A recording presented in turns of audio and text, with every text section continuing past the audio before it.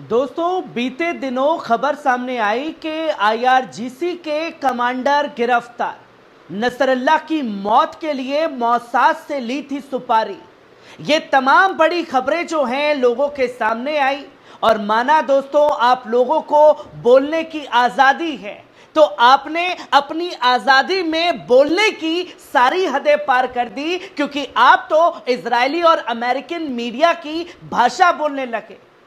और ये जो इजरायली मीडिया ने कहा कि ईरान जिम्मेदार, तो आप भी चिल्लाए ईरान जिम्मेदार। अब इजरायली मीडिया ने चिल्लाया कि साहब कब्जा, तो आपने भी चिल्लाया कब्जा। और इजरायली मीडिया ने कहा कि साहब एक मरा, तो आपने भी माना कि एक मरा। और इजरायली मीडिया ने कहा कि मैं बेकसूर, तो आपने भी माना कि भैया इजराइल तो दूध का धुला है। और इतना दूध का धुला है कि उसने देखते ही देखते 41,000 से ज्यादा मजलूम लोगों को गाजा की सरजमी पर शहीद कर दिया। उन सब का जिम्मेदार सिर्फ ईरान।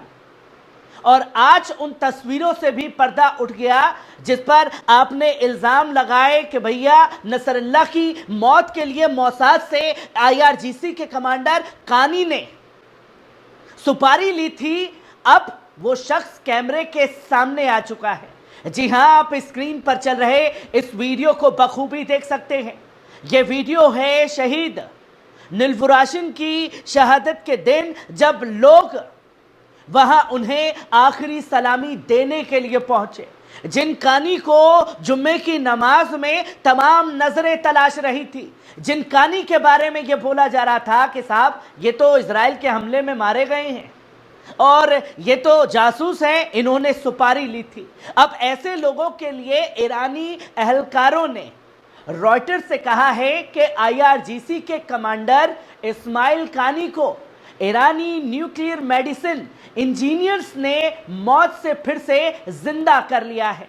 ईरान के सरकारी टीवी पर दिखाए गए एक शख्स जो ईरान की कुदूस फोर्स के आला कमांडर इस्माइल कानी मालूम होते हैं, उनको लेबनान में मारे गए सीनियर रिवोल्यूशनरी गार्ड कमांडर की याद में हुए एक तकरीब में शिरकत करते हुए देखा गया।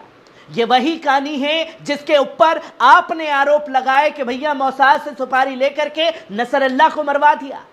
हालिया दिनों में कानी की किस्मत को लेकर रिपोर्ट्स और अफवाहें फैलाई गई, जी भर करके झूठ परोसे गए जब वो आम नजरों से गायब हो गए थे। कुछ रिपोर्ट्स में कहा गया था कि कानी शायद लेबनान में इस्राएली हमले में मारे गए थे, जिसका निशाना हिजबुल्लाह के आला अफसर हाशिम सफीउद्दीन थे। जबकि दूसरी अफवाहों में यह कहा गया कि कानी को दिल का दौरा पड़ गया साहब, या उन्हें जासूस होने के शक में ईरान में पूछताछ के लिए रखा गया है। और आज ईरानी टीवी पर एक वीडियो में आईआरजीसी कुदस फोर्स के कमांडर इस्माइल कानी को लेबनान में इस्राएली हमले में शहीद हो गए अब्बास निलफुरोशिन की याद में हुए तकरीब में देखा गया है, जहां आंखों में अपने के जाने के आंसू दिखाई दिए। वीडियो में इस्माइल कानी को इराक के शहर करबला में ईरान के इस्लामिक रिवोल्यूशनरी गार्ड कॉर्प्स के जनरल अब्बास निलफुरोशिन के जनाजे में शिरकत करते हुए दिखाया गया है, जो कि इराक में इस वक्त मौजूद है। निलफुरोशिन 27 सितंबर को हिजबुल्लाह के चीफ सैयद हसन नसरल्ला के साथ इजरायली हवाई हमले में शहीद हो गए थे, जिसकी तमाम जानकारियां दी गई और तमाम तरीके से तस्वीरें जो हैं वो लोगों के सामने आई। कल ईरान ने मीडिया में फैल रहे उन दावों को कतई तौर पर मुस्तरद कर दिया था, जिसमें यह कहा जा रहा था कि ईरानी रिवोल्यूशनरी गार्ड कॉर्प्स की आला कुदस फोर्स के कमांडर इस्माइल कानी ने नसरल्ला की मौत की मोसाद से सुपारी ली। इस तहकीकात के तहत है या सुरक्षा खलल की वजह से नजरबंद किए गए हैं। हालिया रिपोर्ट्स में यह इल्जाम कानी के ऊपर लगाया गया था। कानी मोसाद का जासूस है और हिजबुल्लाह के लीडर हसन नसरल्ला के कत्ल में शामिल था, जिससे बड़े पैमाने पर कयास लगाए जा रहे थे। और आपने भी इजरायली मीडिया की भाषा को अपने अंदर उतार लिया और ईरानी सफरात खाने के एक जरिए ने इन बयानों को सख्ती से रद्द करते हुए इन्हें झूठी खबरें करार दिया। उन्होंने कहा था कि हम इस्माइल कानी पर मोसाद एजेंट होने के इल्जाम की सख्त तरीन तौर पर तरदीद करते हैं। ऐसे दावे बेबुनियाद हैं और इनकी कोई साख नहीं है।